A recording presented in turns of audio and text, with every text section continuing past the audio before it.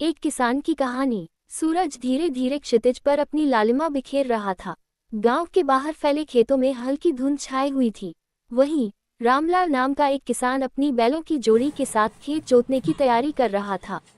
वह मेहनती और ईमानदार आदमी था, जिसने अपनी पूरी जिंदगी खेती में गुजार दी थी। रामलाल का गांव छोटा लेकिन संपन्न था। उसकी जमीन बहुत बड़ी नहीं थी, लेकिन जो भी उपज होती वह उसे बड़ी मेहनत से उगाता। उसका सपना था कि उसका बेटा पढ़ लिख कर बड़ा आदमी बने और उनके परिवार की दशा सुधरे। लेकिन इस बार फसल अच्छी नहीं हुई थी। बारिश समय पर नहीं आई और जो पानी बचा था वह भी सूख चुका था। ये सोचते सोचते वह गहरी चिंता में डूब गया। दिन गुजरते गए। एक दिन गांव में एक सरकारी अधिकारी आया, जिसने किसानों को सरकार की नई योजनाओं के बारे में बताया। उसने बताया कि अब सरकार किसानों को सिंचाई के लिए सहायता दे रही है। रामलाल को यह सुनकर उम्मीद की किरण दिखाई दी। उसने योजना के तहत लोन लिया और अपने खेत में एक छोटा कुआं खुदवाया। अब रामलाल को बारिश पर निर्भर नहीं रहना पड़ा। वह अपने खेतों में सही समय पर पानी दे सकता था। धीरे धीरे उसकी मेहनत रंग लाने लगी। अगली फसल बहुत अच्छी हुई। रामलाल ने कर्ज भी चुका दिया और थोड़ा पैसा भी बचा लिया। लेकिन कहानी यही खत्म नहीं होती। उसने तय किया कि गांव के दूसरे किसानों की भी मदद करेगा। उसने उन्हें नई खेती की तकनीकें सिखाईं, जिससे वे भी अपनी उपज बढ़ा सकें। कुछ ही वर्षों में पूरा गांव समृद्ध हो गया। रामलाल का बेटा भी पढ़ लिखकर कृषि वैज्ञानिक बन गया। उसने अपने पिता की तरह किसानों के लिए काम करने का निश्चय किया।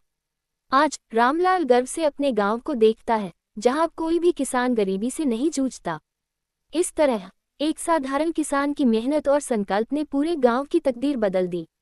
ये कहानी हमें सिखाती है कि कठिनाइयों के बावजूद अगर हम मेहनत और लगन से काम करें तो सफलता जरूर मिलती है। रामलाल की अगली परीक्षा। रामलाल के खेत अब हरे भरे थे। गांव में लोग उसे इज्जत से देखते थे, क्योंकि उसकी मेहनत और दूरदर्शिता ने पूरे गांव की तकदीर बदल दी थी। लेकिन किसान की जिंदगी में मुश्किलें कभी खत्म नहीं होती। एक नई चुनौती उसका इंतजार कर रही थी। इस बार समस्या बारिश की नहीं, बल्कि कीड़ों के हमले की थी। खेतों में अचानक कीट लग गए, जिसने कई किसानों की फसल बर्बाद कर दी। गांव के लोग घबराए हुए थे। रामलाल ने भी देखा कि उसकी गेहूं की फसल पीली पड़ने लगी थी। लेकिन वह घबराया नहीं, बल्कि समाधान खोजने में जुट गया। उसने तुरंत अपने बेटे मोहन से सलाह ली, जो अब एक कृषि वैज्ञानिक बन चुका था। मोहन ने बताया कि इस कीट को जैविक तरीके से रोका जा सकता है। रासायनिक कीटनाशकों के बजाय उसने एक देसी नुस्खा बताया। नीम के पत्तों का रस और गोमूत्र का मिश्रण छिड़कने से कीट भाग सकते हैं। रामलाल ने यह उपाय अपने खेतों में आजमाया और दूसरे किसानों को भी सिखाया। कुछ ही दिनों में असर दिखने लगा। धीरे धीरे कीड़े भागने लगे और फसल फिर से हरी होने लगी। गांव के बाकी किसानों ने भी ये तरीका अपनाया और उनकी फसलें बच गईं।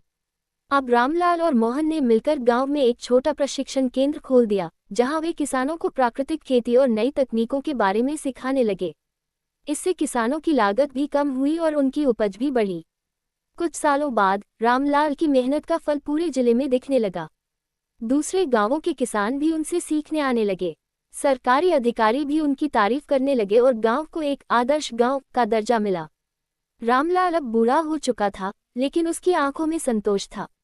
उसने अपनी जिंदगी मेहनत और ईमानदारी से जी और अपने गांव के लिए कुछ कर दिखाया। एक दिन जब वह अपने खेतों में बैठा सूरज ढलते देख रहा था, तो उसके चेहरे पर मुस्कान थी।